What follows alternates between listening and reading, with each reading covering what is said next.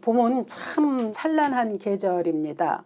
전혀 아무것도 보이지 않았던 나무 가지에서 새순을 튀고 그것이 점차점차 자라나면서 커다란 잎으로 그 줄기를 장식하는 모습을 보는 건 여간 즐거운 일이 아닙니다.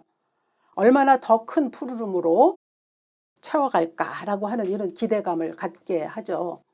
그래서 그걸 보면 참 기분이 좋은데 한편으로는 동시에 그 가지들 밑으로 땅에 떨어진 시들은 이파리 그리고 또 싹들이 보입니다.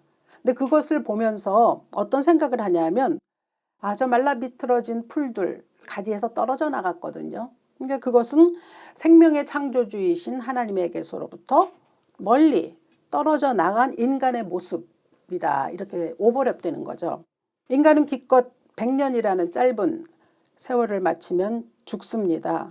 그리고 또 살아가는 동안에도 많은 죽음까지는 아니어도 그런 그림자들이 우리에게 있죠. 그래서 불안하기도 하고 미워하고 증오하기도 하면서 상처 입고 사는 우리의 삶, 이런 우리의 제한된 육신이 진행되는 동안 우리가 이렇게 버릴 수 없는 그죠? 그 죽음의 영향력을 미리 맛보게 할 수 있는 이러한 아주 기분 나쁜 현상입니다.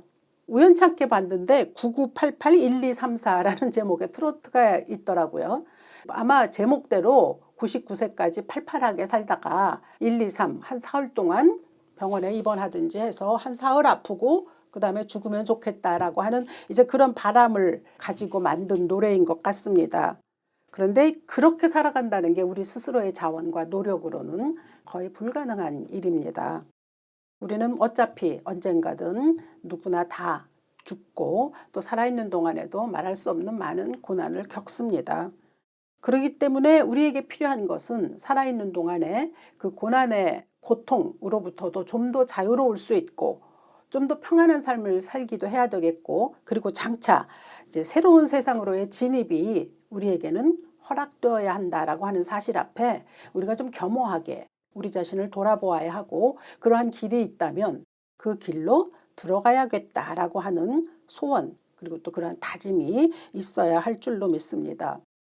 살면서 어려움에서 우리가 헤어나야 하는 거 그리고 끝내는 마지막에 천국이라고 얘기하는 곳으로 우리가 들어갈 수 있는 이 모든 것을 일컬어서 성경은 구원이라고 말합니다.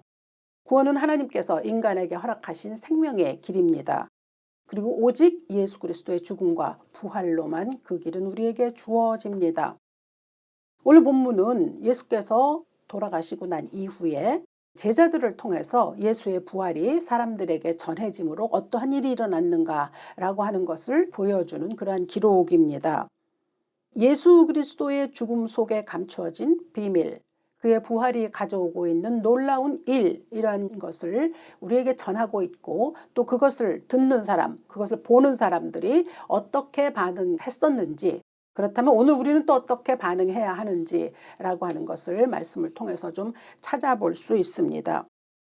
이야기는 이제 나면서부터 안진뱅이 되었던 자가 성전 앞에 있었는데 베드로와 요한을 만났죠. 사도행전 3장에 기록이 되어 있습니다. 그랬을 때 베드로와 요한이 그에게 말하죠. 금과 은은 내게 없거니와 나에게 있는 나사렛 예수 이름으로 너에게 명하노니 일어나 걸으라. 그리고 그가 일어나서 걸었습니다. 그러니까 이제 이 일들을 많은 사람들이 보지 않았겠습니까? 성전 앞에는 언제나 많은 사람들이 오가는 곳이었기 때문이죠. 또 이야기가 그때 당시에 종교 지도자들에게도 다 전해졌습니다. 그 대제사장, 서기관, 율법사 이런 사람들은 정말 자기 눈에 가시였던 예수를 죽였습니다. 그러니까 신성모독의 죄명을 뒤집어 씌워서 죽였기 때문에 이제 끝났다 생각한 거죠. 그런데 그의 제자들이 다시 이제 들고 일어나서 예수의 이름으로 복음을 전하고 또 예수가 행했던 기적들을 다 나타내는 것을 보면서 영 마음이 불편했던 거죠. 예수가 했던 일들이 너무 그들을 불편하게 했기 때문에 죽였는데 이게 끝난 것이 아니고 다시 이어져서 들풀처럼 퍼져나가고 있다는 것을 보면서 그들은 이제 불안한 거죠. 그래서 결국 사도들을 가두었습니다. 가두고 이제 그들을 다그치는 거죠. 그게 7절입니다. 너희가 무슨 권세와 누구의 이름으로 이 일을 행하였느냐. 도대체 무슨 권세로 이 안진뱅이를 일으켰느냐라고 하는 거죠. 사실 이 안진뱅이가 일어나서 걷게 되었다 그러면 이보다 기쁜 일은 없습니다. 그렇잖아요. 우리도 주위에서 보면 누가 아프다고 했는데 다시 쾌차하는 모습을 보면 함께 즐거워하지 않습니까? 그런데 이제 이 종교 지도자들은 전혀 상관이 없는 거죠. 다른 사람의 어떤 행복에 대해서는 상관없습니다. 자신들의 종교적인 어떤 기득권의 침해를 입을까 봐 그것만이 두려웠던 것이죠. 그래서 이제 이 제자들을 다그치는 거죠. 도대체 무슨 권세로 누구의 이름으로 이런 일을 행하고 다니는 것이냐라고 하는 건데, 이게 이제 그때 당시에 제자들에게 주어졌던 질문이라고 한다면 오늘날 어쩌면 우리 모든 그리스도인들에게도 이 질문은 동일하게 다가와야 합니다. 왜냐하면 세상이 이 질문과 같은 방식으로 작동되고 있기 때문입니다. 무슨 권세, 누구의 이름, 이게 얼마나 중요한 세상입니까? 그래서 그것에 의해서 파워게임이 진행되고 있지 않습니까? 사실 이 파워게임은 에덴 동산으로부터 시작했죠. 아담이 하나님께서 행하시는 모든 일에 전면으로 저항하고 대적해서 하나님의 권세, 하나님의 이름을 온통 인간의 것으로 바꿔치기 한 것이 에덴에서 있었던 일이고, 그로 인해서 불행이 들어왔고 죄가 들어왔고 사망이 들어왔습니다. 그런데 뭐 예수께서 이제 십자가에 죽고 부활하셨지만 아직도 수많은 사람들이 그 예수 이름의 권세, 또 예수 이름의 능력을 잘 모르기 때문에 여전히 죽음과 진배 없는 삶을 살아가고 있다는 것이 문제죠. 그리고 이 파워게임은 우리 안에서 지금 21세기의 이 세상 안에서도 진행되고 있습니다. 그리고 이 파워게임이 이루어지고 있는 과정은 오히려 옛날보다 훨씬 더 교묘해졌다고 볼 수 있습니다. 그래서 이제 그리스도인의 타이틀을 달고 있으면서도 이 파워게임에서 어떻게든 내가 좀 이겨보고 싶다라고 하는 것으로 인해서 애면글면하는 사람들이 점점 많아지고 있는 세상이기도 합니다. 사람은 무슨 일을 하든지 이제 그 일을 뭔가 하고자 하는 동기, 그리고 욕구 뭐 이런 것들이 있다고 하죠. 그래서 여기에는 이론적으로는 가장 널리 알려진 것이 매슬로우의 5가지 욕구입니다. 뭐 여러분도 잘 아시겠지만 기본적인 의식주에 대한 것이 동기가 돼서 이제 뭐 일을 하게 되든가 할 때에 그것이 이제 생리적 욕구라고 말하고, 이것이 조금 채워지면 그 다음에는 이제 위험이나 고통으로부터 이제 벗어나고자 하는 안전의 욕구가 있다고 하죠. 그리고 나면 그 다음에는 친화, 그리고 소유 이런 데 대한 어떤 마음이 생겨서 그때는 애정의 욕구라고 말하고, 또 그 단계를 좀 지나면 이제는 인정받고 싶은 거죠. 또 명예도 얻고 싶고 존경받고자 하는 그러한 어떤 자존감의 욕구, 그리고 이제 매슬로우는 그 다음 단계를 마지막으로 자아실현의 욕구라고 하죠. 어떻게 삶을 살아가면서 보람을 느낄 것인가, 우리의 삶의 완성은 어떻게 이루어질 것인가 해서 이제 이 5가지 욕구에 의해서 사람들이 무슨 일이든 동기를 찾는다고 말하는데, 본능에 따라서 가지게 되는 이런 욕구는 사회적이고 문화적이고 그리고 개인의 역량에 따라서 굉장히 많은 영향을 입죠. 사회적인 견지에서 볼 때 이 모든 것의 시작은 가정입니다. 그건 틀림없습니다. 왜냐하면 출생 후 가장 먼저 속하는 곳이 바로 가정이죠. 그래서 이 가정의 울타리가 매우 중요하기도 하고, 또 부모는 자녀에게 결정적인 요인이 됩니다. 대부분 태어나서 최소한 20년 또는 30년 이상 부모와 함께 거주하지 않습니까? 그러니까 부모로부터 그 정체성 그리고 가치관 등을 물려받습니다. 가끔가다 아버지가 하시던 습관, 또 엄마의 말투, 또 그들이 생각하는 사고방식, 이런 것들이 내 안에서 나오는 것을 보면 좀 놀랄 때도 있습니다. 같이 살 때는 참 그런 게 싫었는데 뭐 욕하면서 배운다고 나도 모르게 그렇게 하고 있는 것을 보면 싫을 때도 있지만, 이 혈육에 의해서 우리에게 주어지는 DNA는 감출 수가 없더라고요. 근데 그리스도인들에게는 각 개인이 가지고 있는 이런 유전자의 클래스가 있죠. 그 뭐냐, 하나님과의 관계에서 새로이 설정되는 정체성과 가치관이 생기기 마련입니다. 그러니까 부모의 유전자보다 더 강력하게 움직이는 하나님의 DNA가 우리에겐 주어지는 것이죠. 하나님의 DNA가 우리 안에 들어올 때에 우리는 또 좀 다른 삶의 동기 또는 욕구의 실현이 있게 됩니다. 그래서 넌 크리스찬하고는 다른 방법을, 다른 가치관을, 다른 길을 찾게 되어 있기 마련이고, 또 그렇게 해야만 하는 건데, 근데 실제 삶에서는 그렇게 보이지 않는다는 연구 보고가 너무 많습니다. 미국에서는 매월 현대 그리스도인들이 무엇을 믿고 또 실제 삶은 어떠한지에 대한 설문조사가 이루어지고 있다고 하죠. 최근 조사에 따르면 스스로 나는 그리스도인입니다 라고 규정하는 미국인 중에 절대 다수가 기독교 세계관은 수용하지 않는다고 합니다. 그러니까 쉽게 얘기를 하자면 산상수훈을 말하죠. 좋다고 이야기하고 인정하기도 하는데 삶에서는 그렇게 살 수 없다고 치부해버리고, 그리고 더 나아가서는 물질이 하나님을 대신하거나 아니면 물질이 더 하나님보다 우위에 있다라고 하는 경향이 너무도 뚜렷하다라고 하는 보고가 나왔습니다. 이게 이제 미국 같은 나라는 기독교가 이제 이렇게 근본에 깔려 있는 나라 아닙니까? 그러니까 예수 또 무슨 예수를 종교적인 신봉자로 생각하는 거는 뭐 너무 당연하기 때문에 그런 종교적 이끌림은 있지만 정작 예수의 가르침대로는 살지 않고, 그렇기 때문에 변화도 되지 않고 하는 거죠. 그러니까 자기들의 생각이나 행동이나 삶에 대한 태도는 세속적인 것으로 가득 물들어 있다라고 하는 거죠. 특히 현대는 사실 인터넷이 너무 발달되어 있기 때문에도 사람들에게 영향을 주는 나쁜 것들이 참 많이 있기도 하고, 그리고 또 지나친 개인주의가 있어서 또 다른 종교를 만들어내고 있는 현실이기도 합니다. 그래서 어찌 보면 이 사람이 믿는 사람인지 아닌지에 대한 구별이 굉장히 어렵죠. 그냥 주일에 교회를 가는 사람이면 믿는 사람이라고 말하지만은 삶 속에서는 크게 구분이 잘 안 가죠. 그래서 기독교를 향한 세상의 사람들의 선호도라고 할까? 이건 20%가 채 안 됩니다. 그런데 이게 미국에서 뿐일까라는 거죠. 우리도 뭐 거의 비슷하지 않습니까? 그래서 이제 이쯤에서 우리가 매번 생각해야 할 일이기도 하지만 오늘 본문을 통해서 나는 무슨 권세와 누구의 이름으로 내 삶을 살아가고 있는가 라는 질문을 우리 스스로에게 좀 던져보아야 하고, 그 예수 그리스도의 부활의 능력의 권세 또 예수 그리스도의 이름은 나에게 어떻게 작동하고 있는가, 이게 이제 굉장히 근원적인 질문이기 때문에 좀 고민해야 된다는 거죠. 적당히 믿고 적당히 타협하고 그리고 최소한의 선을 행하는 종교 생활로는 절대로 이는 복음의 사람이라고 볼 수 없다는 그 이야기입니다. 사실 본문에서 이 질문을 한 종교 지도자들 평생 하나님을 섬기는 일을 해온 사람들입니다. 그런데 관심은 하나님과 자신 또 하나님이 우리에게 허락해 주신 이웃과 나의 문제 이런 거가 상관없고 그냥 자신들이 가지고 있는 기득권이 누려지는 것에만 관심이 있거든요.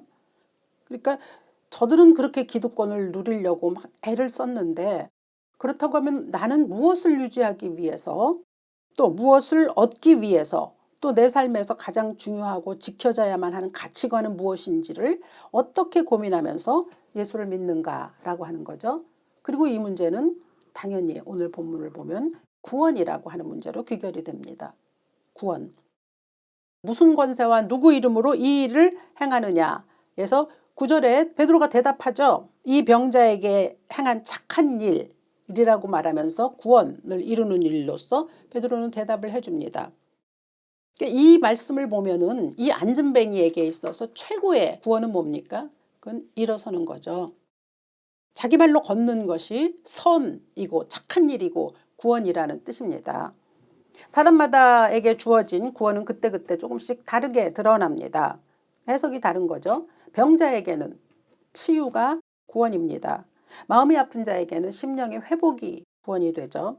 인간관계로 갈등하는 사람들에게는 화목 그리고 평강이 구원이 됩니다. 지금 죽음의 문턱에 있는 자에게는 영생과 천국이 구원이죠. 이것은 각 개인에게 이루어지는 일인과 동시에 또 집단적으로도 이루어지죠. 뭐 예를 들면 소돔과 고모라에서도 거기에 구원받을 만한 사람이 정말 없었지 않습니까? 그런가 하면 또 노아의 방주 역시 마찬가지죠. 이렇게 구원이라는 것은 우리에게 주어지지만 사람에 따라서 그것을 받는 사람도 있고 받지 못하는 사람도 있죠. 그리고 구원은 건짐을 입는다는 뜻입니다. 그러니까 이 구원은 개인에게 그리고 민족에게 그리고 우주적으로 일어나고 있는 하나님의 역사이죠. 예수 그리스도가 십자가에 못 박히셨다는 게 왜 이렇게 중요하냐. 그것은 그로 인해서 구원이 우리에게 임하기 때문입니다. 오늘 베드로도 얘기하거든요. 다른 이로서는 구원을 받을 수 없다라고 얘기했거든요. 그러니까 이 사도행전 4장 12절의 말씀이 어쩌면 우리 그리스도인들에게는 정말 그냥 외워서 알고 있어야 되는 것이 아니라 우리 삶에서 경험되어져야 하는 귀한 진리가 되는 것이죠. 진리를 얘기하자면 오늘날 진리가 얼마나 많습니까? 심지어는 내가 뭘 믿든지 간에 내가 진실하기만 하면, 또 선을 행하며 살기만 하면 상관없다, 이런 태도가 참 많습니다. 그러니까 모든 종교가 다 똑같다고 얘기하는 거죠. 다 같은 목표, 뭔가 이렇게 선을 행하고 뭐 또 쉽게 말하면 천국이라는 곳으로 가는 거 아니냐. 근데 천국으로 가는 길은 무수히 많은 거 아니냐. 어떤 일은 바로 갈 수도 있지만 또 어떤 일은 좀 돌아서도 갈 수 있고, 또 그렇게 돌아서 갈 수 있다라고 하는 게 훨씬 더 그럴듯하다라고 하는 논리들이 참 세상에 너무 많죠. 근데 성경은 천국으로 가는 길은 오직 한 길이라고 전합니다. 사도행전 4장 12절이죠. 다른 이로서는 구원을 받을 수 없나니 천하 사람 중에 구원을 받을 만한 다른 이름을 우리에게 주신 일이 없음이라. 이 말씀입니다. 우리에게는 다른 아무 이름이 없습니다. 오직 예수 그리스도의 이름입니다. 그것이 유일한 길이요 진리요 생명이라고 하는 거죠. 그런데 지금 오늘날 우리 뭐 밖에도 우리가 뭐 4분의 1쯤 예수 믿는다고 하잖아요. 근데 그 4분의 1도 얼마나 참 능력 있는 그리스도인의 삶을 사는지는 좀 퀘스천이기도 하지만은, 세상 밖의 사람들은 이 예수 그리스도의 이름에 대해서 무관심하죠. 그리고 이 진리, 예수를 믿어야 구원을 얻는다라고 하는 이 진리를 배척하는 사람들 얼마나 많습니까? 오늘 여기에 보면 예수 안에 있는 부활에 대하여 이야기하는 것이 싫다고 얘기했거든요. 싫은 거예요, 사람들이. 우리에게는 이게 절대적인 권위요, 권세지만 사람들, 믿지 않는 사람들은 독단적이라고 하죠. 배타적이라고 합니다. 그래서 이제 그런 말을 들으면 그리스도인들이 좀 우물쭈물합니다. 어찌 보면 또 그런 것도 같기도 하고 뭐 이렇게 좀 헷갈리기도 하는 것이죠. 그렇게 밖에 나가서 환영을 받지 못하니까 그리고 오히려 거센 항의를 받잖아요. 그러니까 잘 얘기를 못하죠. 그래서는 아예 그런 얘기는 하고 싶어 하지 않는 거죠. 사람들이 얘기하잖아요. 정치와 그리고 성과 종교는 서로 토론의 주제가 되어서는 안 된다라고 하는 것인데, 자칫하면 싸우기 때문 아닙니까? 그리고 또 그래 괜한 갈등 필요 없어 라고 해서 이제 우리가 피해버리기도 하고 소극적인 자세를 취하기도 하는데, 오늘은 구원에 관한 말씀을 나누는 중이니까 빛과 어두움은 함께 할 수 없습니다. 부딪히면 틀림없이 그 안에서는 뭔가가 터져나오게 되어 있는 거죠. 그러니까 우리가 빛이 드러나는 것을 두려워할 이유는 하등 없습니다. 근데 만약에 우리가 그 부딪히는 것이 두려워서 피하고 있다라고 하면 살펴봐야 합니다. 내 안에 부활의 능력이 정말 강력하게 역사하고 있는가? 나는 정말 예수 그리스도의 이름을 자랑스럽게 가지고 있는가죠.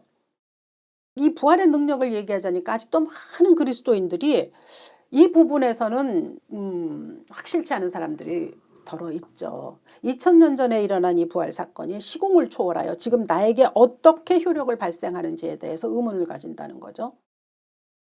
그러니까 이제 이것은 왜 그러는가를 보니까 인간에게 일어나는 모든 일들은 상대적인 의미로 파악이 되기 때문입니다. 그렇지 않습니까? 우리가 어떠한 나에게 의미가 있으려면 어떤 장소에서 어떤 시간에 그 가치를 갖는 어떤 상대적인 의미, 그리고 일들이 일어날 때 그것은 나에게 또 다가오는 법이거든요. 그래서 그렇게밖에 생각을 못합니다. 근데 이 구원이라고 하는 것은 우리의 생각 밖의 일입니다. 외부로부터 들어온 사건이에요. 초월적인 사건이죠. 그러니까 우주 밖의 초월자가 직접 개입한 창조의 사건 속에 들어있는 하나의 사건이기 때문에 이것은 결국 우리가 보통 이렇게 경험할 수 있는 상대적인 일이 아니라 절대적인 일이라고 하죠. 초월자의 일이라고 하죠. 그래서 이것은 역설적으로 시공을 초월해서 나에게 절대적인 의미로 다가오게 되는 겁니다. 그러니까 받아들이지 않는 자에게는 그냥 상관이 없지만 이를 받아들이는 자에게는 절대적인 의미로 다가오죠. 그리고 절대적이라는 것은 그만큼 우리에게서 강력하게 역사하죠. 움직이죠. 그리고 이 절대적인 의미를 깨우쳤던 예수님의 제자들이, 그래서 결국은 죽음을 무릅쓰고 예수의 부활을 전한 거잖아요. 그들에게 예수의 이름은 모든 것이었습니다. 그래서 예수의 이름을 전하는 것에 자기의 생명이 없어진다든가 죽는다든가 핍박을 받는다든가 하는 건 정말 아무렇지도 않은 일들이었습니다. 그래서 사도행전 5장 41절은 사도들은 그 이름을 위하여 능력받는 일에 합당한 자로 여기심을 기뻐했다라고 말하죠. 그 이름 때문에 능력받고 그 이름 때문에 멸시받고 그 이름 때문에 죽어도 상관없다고 얘기했다는 거죠. 왜? 절대적인 진리이기 때문이죠. 그러니까 예수 이름 말하지 않으면 아무 일도 일어나지 않습니다. 우리도 마찬가지입니다. 우리가 나가서 어디서든지 내가 예수의 이름을 적당히 얼버무리면 아무 일도 일어나지 않습니다.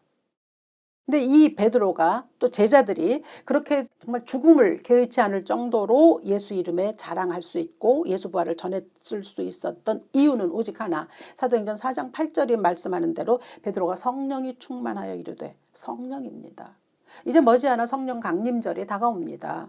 우리가 성령이 아니시고는 예수 이름의 권세 또 예수 이름의 능력에 대해서 우리의 지혜로는 잘 알 수 없습니다. 이 역시 절대적인 하나님의 놀라우신 능력이죠. 그래서 성령께서 우리의 마음을 움직이실 때 그 일이 가능하게 되는 거죠. 2000여 년 전에 팔레스타인에서 일어났던 이 구원의 역사가 2024년을 사는 나에게 효력이 있게 하는 것은 오직 성령의 역사뿐인 것이죠. 그래서 이 구원의 역사로 또 이 성령의 역사로 오늘 우리는 나에게 무슨 권세로 누구의 이름으로 살아가느냐고 할 때 예수 이름의 권세 또 예수 부활의 능력 예수 이름을 자랑스럽게 외칠 수 있는 것이고 그래서 다른 종교에는 구원이 있다고 인정하지 않는 거죠. 그러니까 아무리 교육을 많이 받았어도 인격이 훌륭해도 집안 배경이 좋다 하더라도 이건 육신의 생각으로는 이룰 수가 없습니다. 성령이 아니고는 언제 어디서나 예수의 이름을 높일 수 없다는 거죠. 그러니까 이 예수 시대의 이 종교 지도자들은 사실 우리보다 훨씬 더 여러 면에서 뛰어난 사람들입니다. 그러니까 종교적인 배경은 뭐 따라갈 수가 없는 거죠. 이들은 툭하면 성전으로 기도하러 갔고요. 그 다음에 남의 것을 빼앗거나 불의하거나 육신의 정욕으로 일을 치르거나 그러지 않았습니다. 일주일에 2번씩 금식하고 11조를 제대로 드렸거든요. 그러니까 이 모든 종교 행위에 있어서는 아무도 건드릴 수 없을 만큼 완벽한 일들을 했었던 사람이지만 그러나 복음의 원천이신 예수를 거부했습니다. 그리고 예수 십자가와 부활을 받아들이지 않았거든요. 그러니까 그들이 행한 모든 일들은 사실 아무런 결과가 없는 것이죠. 그렇다고 해서 그 사람들이 그랬다고 해서 그들을 비판할 수 있는 자격이 우리에게 있느냐면 또 그렇지는 않습니다. 모든 판단 하나님이 하시는 거 아닙니까? 예수님이 말씀하셨어요. 그 바리새인들과 종교 지도자들에 대해서 그러므로 무엇이든지 그들이 말하는 바는 행하고 지키되 그들이 하는 행위는 본받지 말라.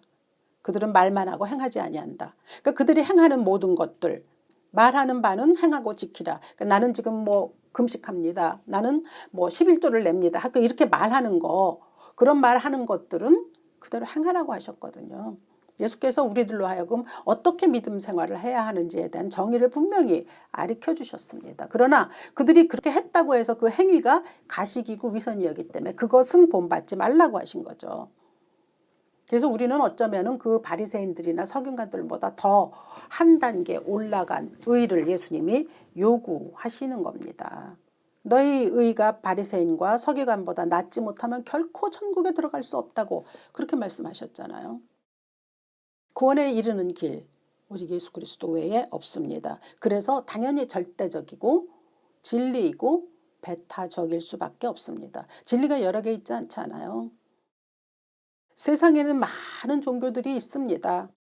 그리고 사람들이 여전히 만들어내죠. 종교들 안에서 일어난 사건은 역사 속에서 일어난 인간의 이야기이기 때문에 그 안에 사람의 지혜가 들어있고 사람의 깨달음이 들어있을 뿐입니다. 그러니까 그건 절대적일 수가 없다고요. 절대적인 구원. 하나님이 죽은 자 가운데서 살리신 예수 그리스도의 이름. 우리에게는 상대적인 사건이 아닌 절대적인 사건이 되는 예수 부활의 권세뿐입니다.